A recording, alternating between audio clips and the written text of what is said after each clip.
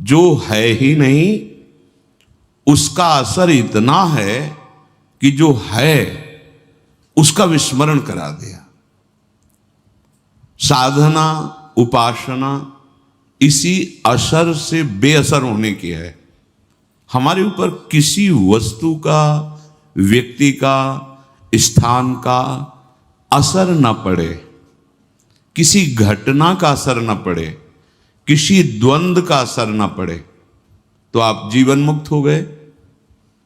जब तक किसी भी छोटी सी छोटी वस्तु का आपके ऊपर असर पड़ रहा है, असर पड़ना कोई ज्यादा घातक बात नहीं है, असर स्वीकार करना यह घातक बात है। आप समझ रहे हैं? सृष्टि में सब कुछ है, ना उसके बढ़ने से आपको कोई सुख मिल रहा है, न नष्ट होने से सुख मिल रहा है। आपका जहां अपनापन स्वीकृति हुई उसी का असर आपके ऊपर है। कहीं पूरा भूकंप आ गया, प्रांत का प्रांत गिर गया, हाँ थोड़ा हृदय से जब विचार करेंगे तो असर पड़ जाएगा, पर ऐसा नहीं पड़ेगा कि आप विक्षिप्त हो जाए। लेकिन आपका अगर एक कमरा भी गिर जाए तो असर पड़ जाएगा। आप जो स्वीकृति किए हुए हैं, जिस असर की जितनी मात्रा में, उतना ही आप बंधन युक्त हैं, दुख में हैं, चिंता में हैं, क्लेश में हैं, अशांति में हैं। ये बहुत खास बात है। साधना का मतलब है पूरे विश्व ब्रह्मांड में भगवान की जितनी रचना है, इसका असर न रह जाए आपके ऊपर।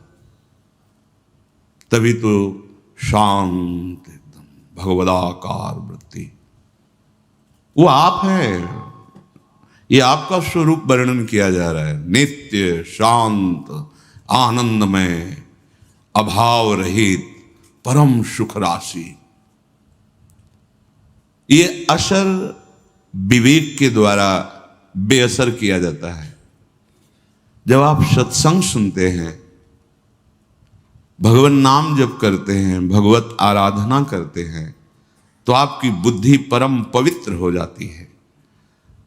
परम पवित्र बुद्धि में जो विवेक प्रकट होता है, वो इन असरों से बचाता है, काटता है इन असरों को। आप जितना जो कुछ स्वीकार किएंगे वही दुख दे रहा है, वही दुख देगा। बिल्कुल आपको किंचन मात्र किसी वस्तु, व्यक्ति, स्थान की आवश्यकता नहीं है। आपकी बुद्धि मलिन होने के कारण ये बात स्वीकार नहीं कर पाएगी कि आपको किसी भी वस्तु, व्यक्ति, स्थान की आवश्यकता नहीं है।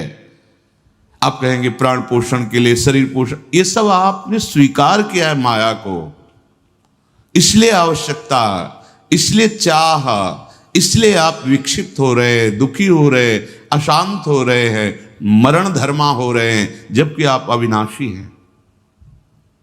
नहीं, आपको ब्रह्मबोध की बात तो, भगवद अंश तो हैं आप, भगवत दासत्व को प्राप्त करने का अधिकार तो है। आप इस असर पर ध्यान दीजिए। आप देखिए, प्रत्येक मिनट में कोई ना कोई वस्तु, व्यक्ति, स्थान, घटना, परिस्थिति, द्वंद्व आपको अपने असर में लेना चाहता है, अपना प्रभाव डालना चाहता है। हर क्षण साधक युद्ध करता रहता है। प्रत्येक पल हर वस्तु, व्यक्ति, स्थान, घटना को बेअसर करता रहता है।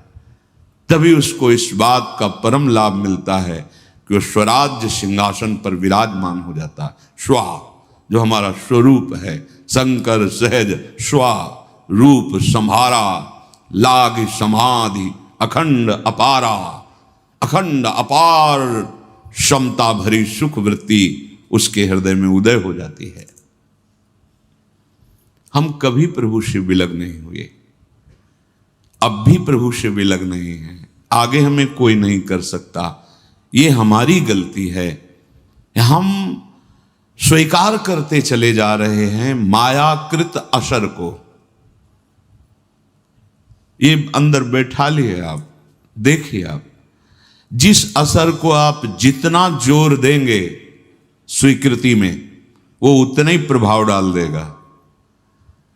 ये बड़े बड़े काम क्रोध आदि शत्रु ये असर तभी दे रहे हैं जब आप इनका असर स्वीकार कर रहे हैं, अपने में अभाव मानकर इनके द्वारा इस भाव में सुख मिलेगा, इस असर ने आपकी दुर्गति कर दी। अपने लोगों को आंतरिक विषय, ये सब चिंतन का विषय है। जो भगवत शरणागत जन होते हैं उनके चिंतन में भगवान देते हैं। ये भगवत प्रदत्त बात है जो आपको सुनाई दे रही है। असर, हम काम भाव में सुख देखते हैं तो काम का असर आ गया। अहम भाव की पुष्टता कामना में बाधा क्रोध आ गया। सांसारिक भोगों में सुख मिलता है इसलिए रुपया की आवश्यकता है, लोभ आ गया। ये सब हमारे परिवार के प्यारे जन हैं, अंदर विराजमान प्रभु को ना जानते हुए शरीरों में मोह हो गया। जो भी गुण वृत्ति आपके अंदर जागृत हुई, अभिमान कर बैठे। क्रिया को अभिमान के द्वारा स्वीकृत, मैं करता, जो वस्तु भोगी मैं भोगता, ये मेरे से आगे निकला जा रहा है। मात्सर्यता, ये माया के जो प्रधान प्रधान दोष हैं, इनका हमारे ऊपर असर तभी पड़ेगा जब हम इसको स्वीकार करेंगे। स्वीकृति अस्वीकृति से काटी जा सकती है, पर ये स्वीकृति बिना भगवत स्वीकृति के तुम्हारे में सामर्थ्य नहीं कि इसे अस्वीकृत कर सके, इसे नकार सके, इसका असर आपके ऊपर ना पड़े, ऐसी तुम्हारे में सामर्थ्य नहीं है। खो चुके हो, स्वरूप को भूल चुके हो। इसलिए पहले स्वीकार करो कि हमारा युद्ध केवल इस बात का है कि कोई भी वस्तु, व्यक्ति, स्थान, घटना ये असर न डाल पाए। कैसे जानोगे कि आपके ऊपर असर पड़ रहा है कि नहीं? यदि भजन छूट गया तो असर पड़ गया। कोई भी हो, कोई वस्तु हो, व्यक्ति हो, स्थान हो, घटना हो, कोई भी। यदि हम प्रियालाल को भूल गए तो असर पड़ गया। अब आप देखो, इस बात को जांचो हृदय में। नहीं तो सच्ची बात है, प्रभु की प्राप्ति के लिए कोई साधना नहीं करनी, क्योंकि साधना असर मिटाने के लिए, आप असर मिटाएं भगवत बल से तो आप देखेंगे कि वो थे, हैं, रहेंगे, वो खेल रहे हैं बाहर भीतर सब जगह। बहिरंतस्य भूतानाम चरम चरमेव च सूक्ष्मा तद विज्ञेयम दूरस्थम चांतिके तत्। दूर हैं, नजदीक हैं, भीतर हैं, बाहर हैं, दशों दिशाओं में हैं। समस्त चराचर में मेरे प्रभु खेल रहे, चराचर में और चराचर के रूप में। संसार का आश्रय, शरीर का आश्रय, भोगों का आश्रय, ये जब तक हमारे हृदय में रहेगा तो हम बात भगवद आश्रय की करेंगे, यहां कुछ होगा नहीं। सूखी बातें अच्छी नहीं लगती। पेट में खूब चूहे लड़ रहे, भूख लग रही, और बातें हम 56 भोग की कर रहे हैं, क्या होगा? अरे भाई, नमक रोटी ही खा लें तो कम से कम वो मिट तो जाएगी।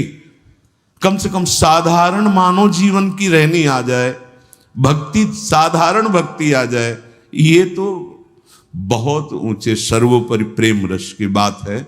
पर हमको चयन कर लिया गया है। इस बात को मत भूलना, हम अनाधिकारी हैं, अयोग्य हैं, पर हमें इस रस के लिए चयन कर लिया गया। सच्ची मानिए, आपको स्वीकार करना होगा। नहीं, आप यहां नहीं आ सकते हैं, आप ये नहीं सुन सकते हैं, आप राधा नाम नहीं बोल सकते हैं, आप राधा चरणारविंद से चिन्हित इस रज में नहीं बैठ सकते हैं। ये प्यारी जू ने आपको चयन किया। जब मालिक चयन कर रहे हैं तो फिर अपने क्या चिंता करनी? वैसे तो हम उनके योग्य नहीं, पर उन्होंने पसंद कर लिया। अब ये उनकी मौज की बात है। अब हमारी केवल एक बात रह गई है कि जिन्होंने हमें पसंद किया है, जिनकी हम अनंत जन्मों से खोज कर रहे हैं, इन्हीं की खोज कर रहे हैं। जिस दिन संसार का असर मिट जाएगा उस समय तुम्हारे हृदय में ये सब हलचल समाप्त हो जाएगी।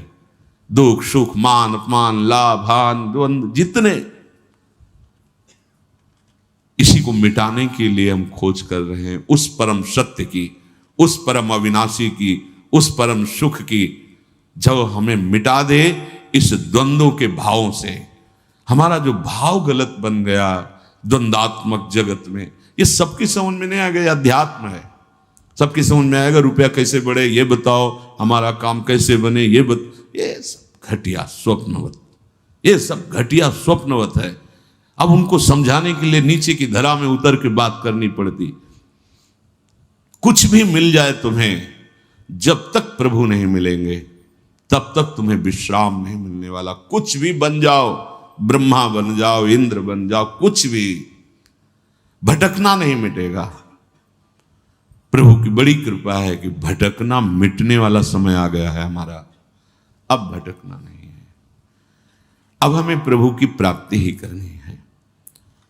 एक स्मृति, दूसरा स्मृति निरंतर चलाने के लिए नाम जप, तीसरा भगवान की बड़ी कृपा है और मुझे इसी जन्म में भगवत प्राप्ति होगी, और चौथी बात सब में श्री भगवान हैं।